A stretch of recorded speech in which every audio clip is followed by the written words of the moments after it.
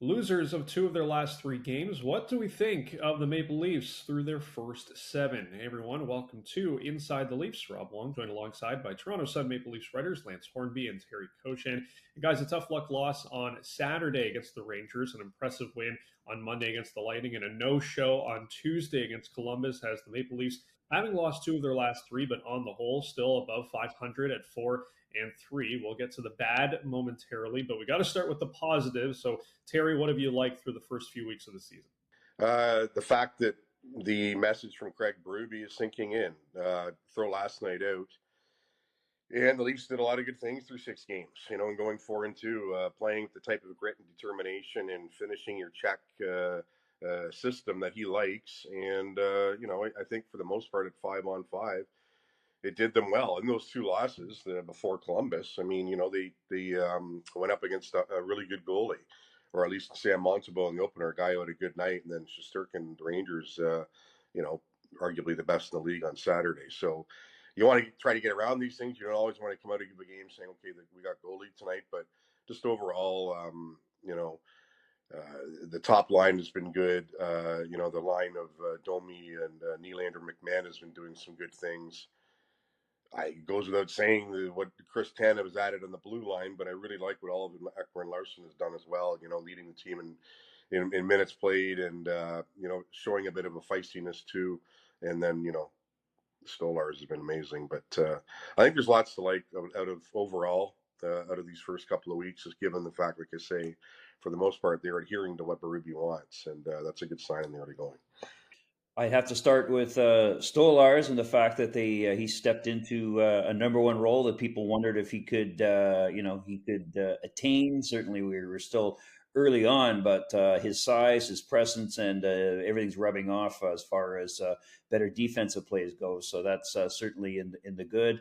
I'd say that the getting dirty and doing things like Terry alluded to, shot blocking, the grit, that kind of thing, and that's all kind of demonstrated itself with the penalty kill, which was a problem area last year, and now they're doing a lot better there. It's obviously the power play is a work in progress. We'll get to that later, but to fix that one thing has really helped, and I think here's the putting several players giving that duty, not just the good gritty players, but also making Marner and Matthews part of that as well has been important. And overall, I just say the new guys have all made a decent impact. The jury's still out, I guess, on Pacioretty, but Oliver Ekman Larsson, as Terry alluded to, right down to Stolarz in net, and Steven Lorentz on the fourth line. There's been a really good impact by new players, and that was a big signal about the turnaround in the summer, a change of direction, and all that. So far, that part has worked.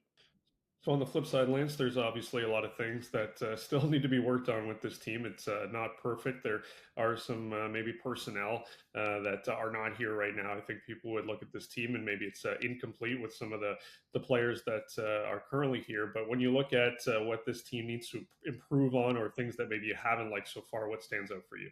Well, I'd have to say the power play, and I hope this gets fixed before my grandson turns adult age, because Terry and I have talked about this ad nauseum under several Leaf coaches. It's just it's boggling why they can't do a bit more. And there's certainly their expectation was high with the new coach coming in Mark Savard. Again, it's early, time to maybe let some of this new stuff filter in from what Savard is teaching. But right now, it looks like the same old, same old. There's no real net presence. They're still too cute, and it's come back to haunt them. The other things I would say is that players who had pressure on them this year, like Robertson and Liljegren, have not really stepped up yet to show what they can do. The spotlight was on them, and I don't think they've really. And I guess I might even allude to my third point, which would be Joseph Wall and backup goaltending. We haven't seen the full picture yet because he's been hurt, but that in itself is disappointing. You want to hope that that was a hiccup for Hildeby, but who knows if we're not going to see Matt Murray factor into this at some point during the year. So backup goaltending, as much as Stolarz has played well, I think suddenly comes on the radar as an issue. Yeah, for me, like Lance said, the power play, it's inexcusable. You're 3 for 23 now, go for 3 last night. And, when we talk about the power play struggles in the past, we're mostly talking about the playoffs. They've been good in the regular season, and they're not even that right now. So, Ekman Larson hasn't, in that regard, hasn't added that element that we thought he might, though he's getting a long look here. I think they should stick with that part of it. Lance mentioned the net front presence, and it's true they haven't had it. And yet, the other night against Tampa, what happens? They score in the power play. Matthews goes to the net and pops the puck in. Craig Berube can just roll that video, or Savard, however they do it, and say, "Look, see what happens when you do these things we want you to do. You're successful." But that's not doing it enough. And I guess the worrisome thing for me in the power play is they keep saying, "Well, we just need to take it easy and follow our instincts and everything else." Well, when you look at the talent of the four players, the four forwards on the ice on that first power play unit, especially, let's see those instincts kick in them and let them take over and do what you're going to say and not just be, like Lance said, too cute and be in the perimeter. It's to me, it's odd because there was much said about Savard and what he may be able to do coming in, and it just hasn't translated. And to me, that's probably the most glaring issue through the first 7 games is that you haven't got this going. And then last night, I know there's some hand wringing already in Leaf Nation that you turn in that effort.